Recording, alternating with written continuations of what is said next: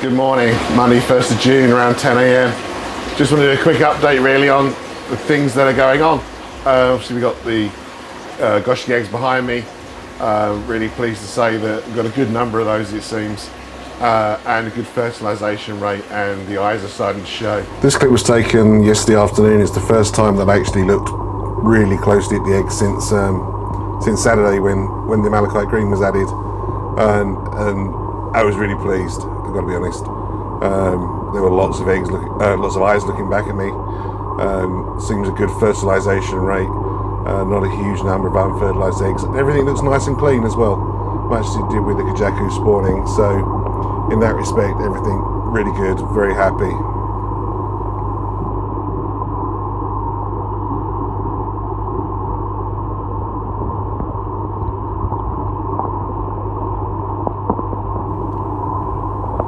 Now this clip taken this morning, just very much the same really. Everything seems to be developing nicely, no problems, very little fungus on the eggs that are unfertilised, which is obviously the reason why the malachite green is added in the first place.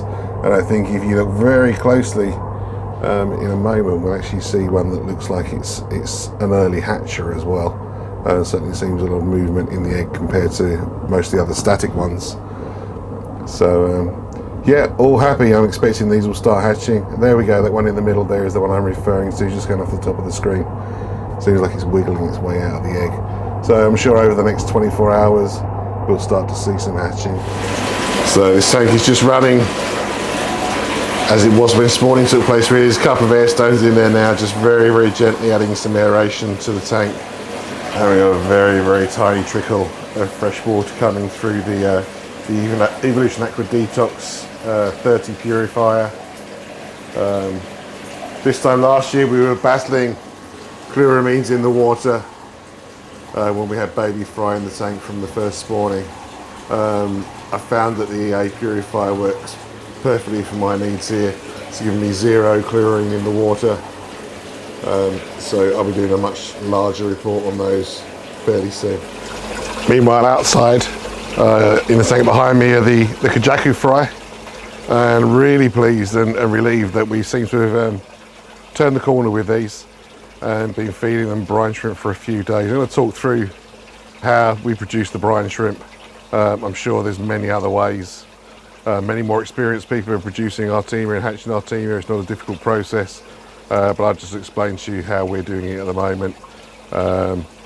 Really just, it was something to, it needs to be as convenient as possible, and it needs to give a good return, and that's really the rationale of what I'm using. I don't have time at the moment to be starting experimenting with other things when I have a solution that works for me. So I'm going to talk through that with you. Okay, this is the brine shrimp hatchery. I'm using the brine shrimp hatchery jars made by JBL. I've actually got 6 of them. As you can see, only 4 in there at the moment. Over the course of today they'll be set up. So there's 6 running at regular intervals throughout the course of the day. I'd like these to be much larger. I'd like them to be at least 1 litre, to be honest. I'd be running 6 litres, but unfortunately it's not the case. They're heated there by the lamp, and this was a sample taken this morning, and they tell me 26 to 28 degrees is the ideal. Yesterday when I took a test it was exactly 28 degrees in the afternoon, and that was 24 degrees this morning. These have been taken off the air and now allowed to settle down, ready to be harvested. As you can see, so this is 1 teaspoon of eggs. There's all kinds of stuff. I think this is way more than you're supposed to put into a 500 milliliter hatching jar, but it seems to work. So the beauty of these jars, I find, is how easy it is to harvest them. There's no siphoning out and siphoning the shrimp from the bottom. Turn the air off, shine a light to the bottom, and all the eggs. I actually made a mistake there. I should have washed the sieve first. It's blocked and doesn't allow the water to run straight through. But after a while, just let the water run through, and here we have a big batch of brine shrimp, baby brine shrimp. to be released into the water. You can see how many thousands and thousands and thousands there are from a single 1 teaspoon hatching. I gotta be honest, this is the first time I've looked underwater, and until I did that, or filmed this little bit, I was amazed how many there were coming out of a single hatching once they start to spread out in the water. So the plan is for the Goshiki spawning, as soon as they start to hatch and become free swimming, we'll start to divert this brine shrimp hatching into there. Hopefully the Kujaku will have had sufficient by then and then be okay with just the dry food. I may make a couple of temporary hatching jars up from sort of drink bottles if I feel I need to keep putting the baby brine shrimp into the Kujaku pond for a while. And as you can see here, what we have, I mean, this morning I think is the first day probably where I've gone to the tank and opened the tank lid, and I haven't had any particular number of dead or weak looking fry on the surface. So there's a huge size range amongst the tank.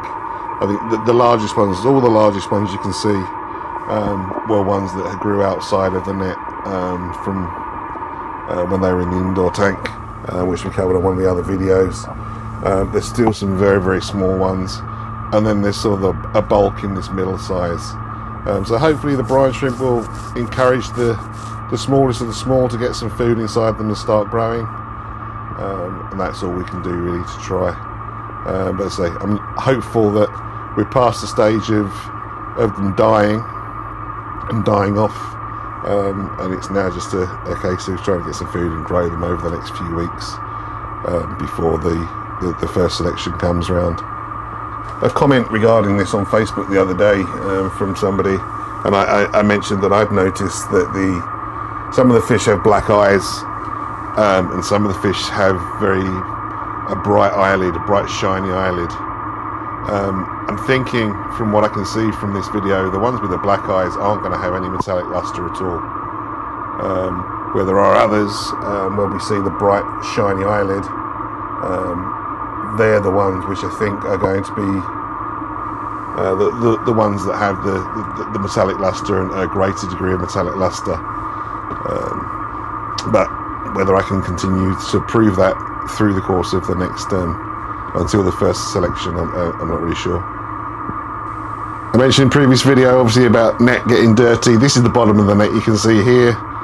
That's all at a slope actually. There's a peak in the middle of the tank where there's an upturned basket over the bottom drain, just to try and stop it sucking down. It's staying fairly clean. It's very difficult to remove that muck off the bottom without scooping up the fry. So at the moment I'm happy that it's there, not causing a big problem at the moment. The bigger problem actually comes when algae starts to form on the net, and that just blocks over the holes, makes a quick film over the holes. But that's where we're at the moment with the Kujaku fry.